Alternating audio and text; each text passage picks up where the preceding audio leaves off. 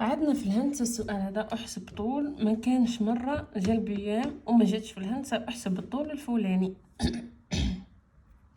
اذا قال لي احسب طول انا راح نشوف لي كونديسيون الشروط اللي راهم فيهم الطول هذاك ابي مثلا. نروح نشوف اول حاجة المثلث اللي ينتمي ليه الطول ابي اسكو المثلث قائم او لا. ومن بعد اذا كان مثلث قائم متفاهمين، اذا كان المثلث قائم وفيه ضلعين معلومين مثلا هذا المثلث ها هو قائم وفيه الضلع هذا والضلع هذا معلومين، هنا راح نطبق عليه نظرية فيثاغورس.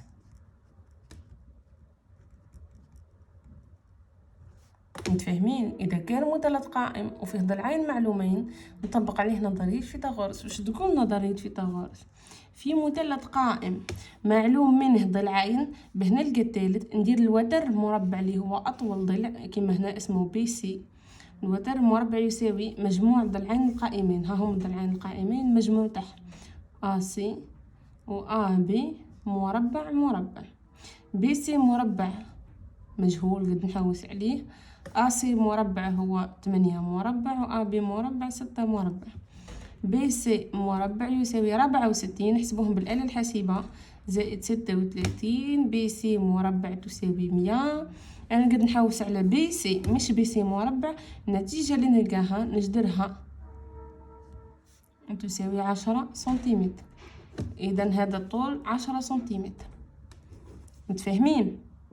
اذا جاني السؤال احسب طول لقيته ينتمي الى مثلث قائم والمثلث القائم هذاك فيه زوج اضلاع معلومه، واش نديرو نظريه فيثاغورس اللي هي الوتر مربع يساوي مجموع الضلعين القائمين مربع.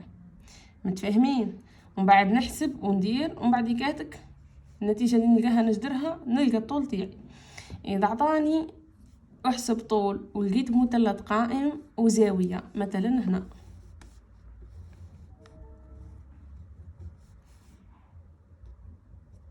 مثلا يقول لك هذه 53.8 درجة، يقول لك هذه 3 سنتيمتر واسمه اي اف جي.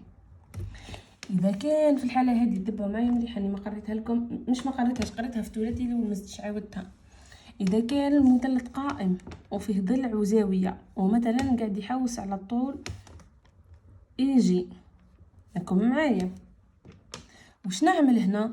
راح نعمل نظرية النسب المثلثية، راح نفرقت عليها بالنسب المثلثية اللي هما يا كوس يا سينوس يا طنجون.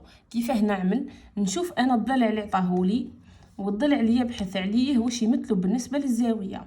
هذا الوتر هذا يمثل المقابل او مقابلها يمثل مقابل الزاوية، وهذا يمثل المجاور. وش من قانون فيه المقابل والمجاور؟ هو الطنجون. طنجون يساوي المقابل على المجاور. سي بون؟ متفاهمين؟ نعاود درك بالارقام. عندي طنجون 53 نحسبها، ندير 53.8 طنجون تخرج 1.36 و اف جي هي 3 و اي جي نحوس عليه. اي جي ندير المثلث باه نفهم شكون نضرب كيفاه نجبد مجهول من هنا، اللي من الفوق نحطه من الفوق والباقيين نحطهم من تحت. فوق الكسر نحطه الفوق. اذا اي جي واش يساوي 3 على 1.36. اي جي يساوي 3 على 1.36. اي جي يساوي 2.20 سنتيمتر. نعاود هذه. اذا عطاني احسب طول في مثلث والمثلث هذاك قائم قادر يعطيني فيه ضلعين معلومين، ندير نظريه فيثاغورس. لازم تكونوا تعرفوا كيف تحطوا القانون ومن بعد تعوضوا وتحسبوا. اذا عطاني فيه زاويه وضلع راح نشوف الضلع اللي عطاهولي والضلع اللي نحوس عليه واش يمثله بالنسبه للزاويه، يمثله المقابل والمجاور. معناتها راح نستعمل الطنجون. طنجون يساوي المقابل على المجاور، المقابل على المجاور نحط ومن بعد نعوضهم بالارقام. اف المقابل قداه 3 والطنجون تاع الزاويه تاعي نحسبو عادي هي 53، ندير طنجون 53 يخرج. بعد ما نديرهم نحل معادله يخرج الطول تاعي. متفاهمين؟ نروح لتوازي مستقيمين. مثلا عندي المستقيم، مثلا عندي المثلث هذا، نقولك انا هذه 2 وهذه 6، ونقولك هذه 1.5، نقولك القالي هذه، ومثلا اسمه او اف اي كا ال. متفاهمين؟ نقولي احسب اي كا. اول حاجه نديرها نتاكد اسكو المثلث قائم ولا لا، باسكو فيثاغورس يعدي قبلهم الكل. نخمم في فيثاغورس يصلح ولا لا، وباه نخمم فيه يصلح ولا لا لازم المثلث قائم. نروح هل المثلث قائم؟ ما درتلكش زاويه قائمه ما تقدرش تقولي المثلث قائم. ومن بعد ما يكون المثلث قائم تشوف اسكو عندك ضلعين تستعمل فيثاغورس، لكن عندك ضلع وزاويه تستعمل نظريه النسب المثلثيه. اذا ما عندكش في زوج وعندك هدايا الخط هدايا الخط اللي قسم المثلث وكاين التوازي، عفوا يقول لك هو متوازيين، مثلا نستعمل نظريه طالس. في نظريه طالس اول حاجه تقولها المستقيمان متوازيين اف ال و اي كا متوازيين، وتهضر على الاستقاميه. عندك او اف اي في استقاميه،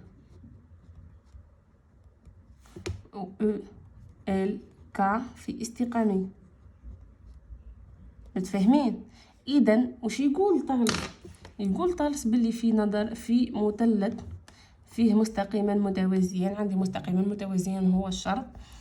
نروح للراس اللي مقابل التوازي. مثلا التوازي ها هو الراس. مثلا في المثلث هذا ها هو الراس اللي نبدا منه اللي مقابل التوازي ديما. متفاهمين؟ ندير هذه قسمه هذه او اف على او اي تساوي او ال على او كا هذه على هذه، وتساوي اف ال على اي كا. ومن بعد نعوض بالارقام. تسمى انا ديما نحط القانون تاعي اللي عندي ومن بعد نعوضه بالارقام باه يخرج طول. او اف قداه 2، او اي 6، او ال ما عطاهاليش، او كا ما عطاهاليش، اف ال عطاها لي 1.5، و اي كا ما عطاهاليش. انا عم نحوس على اي كا، نهز الكسر اللي فيه اي كا ونهز الكسر اللي فيه الاعداد الفوق والتحت. اذا اي كا وش يساوي؟ تضرب لي من تحت في اللي من فوق وتقسم عليه، يبقى 6 في 1.5 على 2، تخرج 9 على 2 وتساوي 4.5 سنتيمتر. نتمنى تكونوا فهمتوا كيفاه نحسب طول وكيفاه نفرق وقتها نحسب بنظريه فيثاغورس وكيفاه نحسب بنظريه طالس وكيفاه نحسب بنظريه النسب المثلثيه. قلنا هنا كيفاه نحسب الطول هذا. اذا كان المثلث قائم ضلعين معلومين نستعمل نظريه فيثاغورس. اذا كان مثلث قائم وفيه ضلع وزاويه نستعمل النسب المثلثيه. كيفاه نخير؟ عندي كوس وسينوس وطونجون، كيفاه نخير وحده فيهم؟ عندي الزاويه دركا هو واش يدير؟ كيفاه نخير وحده فيهم؟ نشوف الضلع اللي عطاهولي والضلع اللي نحوس عليه واش يمثلوا بالنسبه للزاويه. لكان انا نحوس على الوتر وعطاني المقابل، القانون اللي فيه المقابل والوتر هو السينوس. لكان عطاني المقابل المجاور كيما في الحاله تاعي طونجون، نحسب الطونجون تاع الزاويه تاعي ونعوض هذوما بالارقام ومن بعد نحوس على المجهول. اذا عطاني هذا طالس نورمالمون تعرفوه، خلينا كيفو 1000 مره.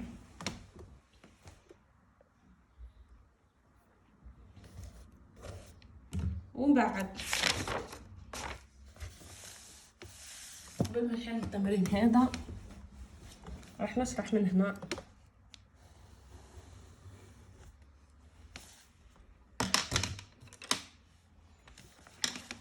مثلا قال لي